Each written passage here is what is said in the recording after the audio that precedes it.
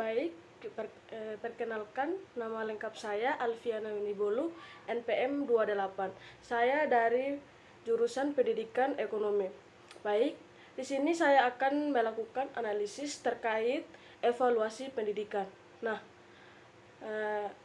di mana kita harus mengetahui dulu apa itu definisi dari evaluasi. Jadi baik, evaluasi itu adalah suatu proses penilaian, pengukuran, dan perbandingan dari hasil-hasil pekerjaan yang dicapai dengan hasil yang seharusnya dicapai. Dan evaluasi itu juga merupakan pengukuran atau perbaikan dalam suatu kegiatan yang dilaksanakan, seperti membandingkan hasil-hasil kegiatan yang telah direncanakan. Nah, dari situlah tujuan evaluasi tersebut, agar rencana-rencana yang telah dibuat dapat mencapai tujuan yang telah ditetapkan dan dapat diselenggarakan.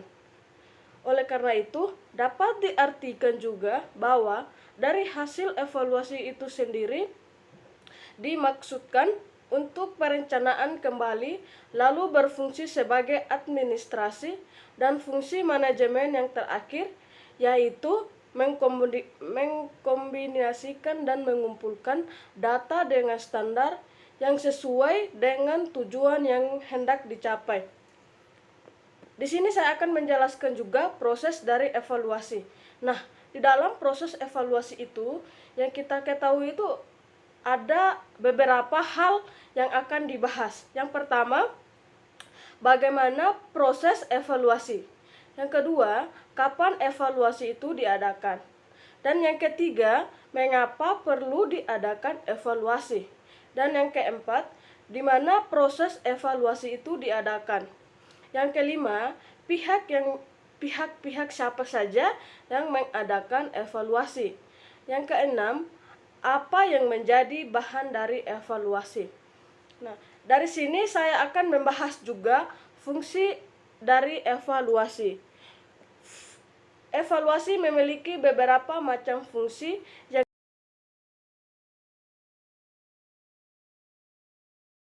dapat ukuran keberhasilan.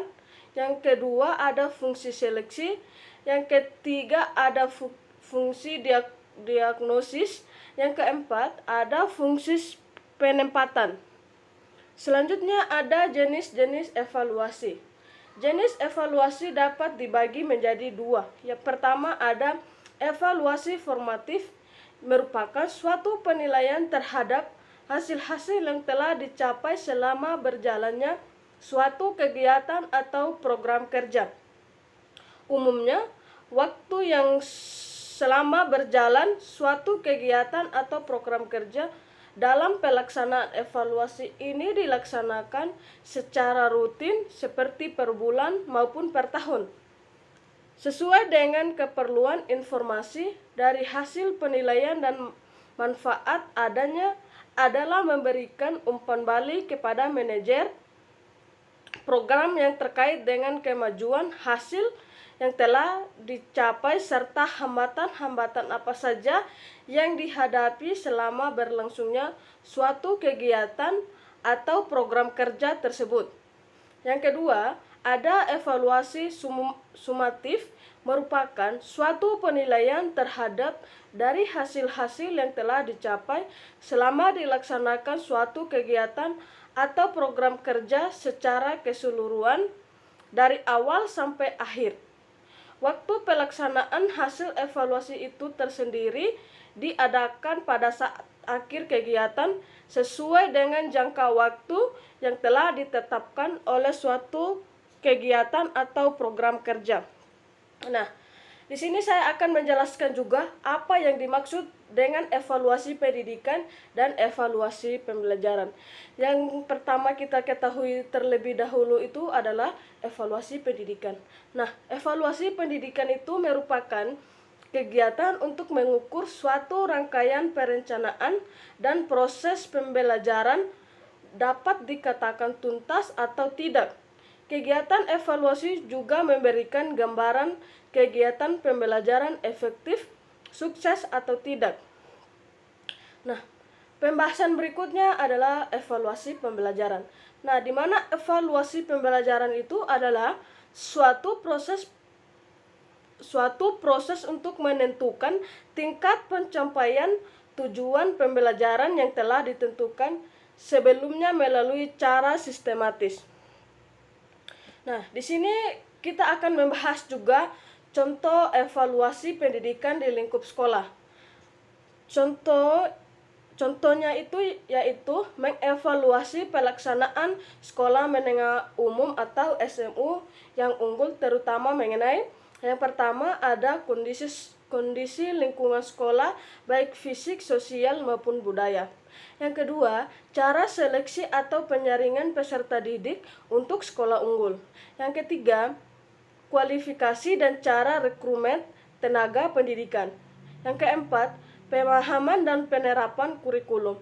Yang kelima, pengadaan dan pemanfaatan sarana serta prasarana. Yang berikut, pelaksanaan proses belajar mengajar, manajemen sekolah, usaha pencarian dana dan pemanfaatan.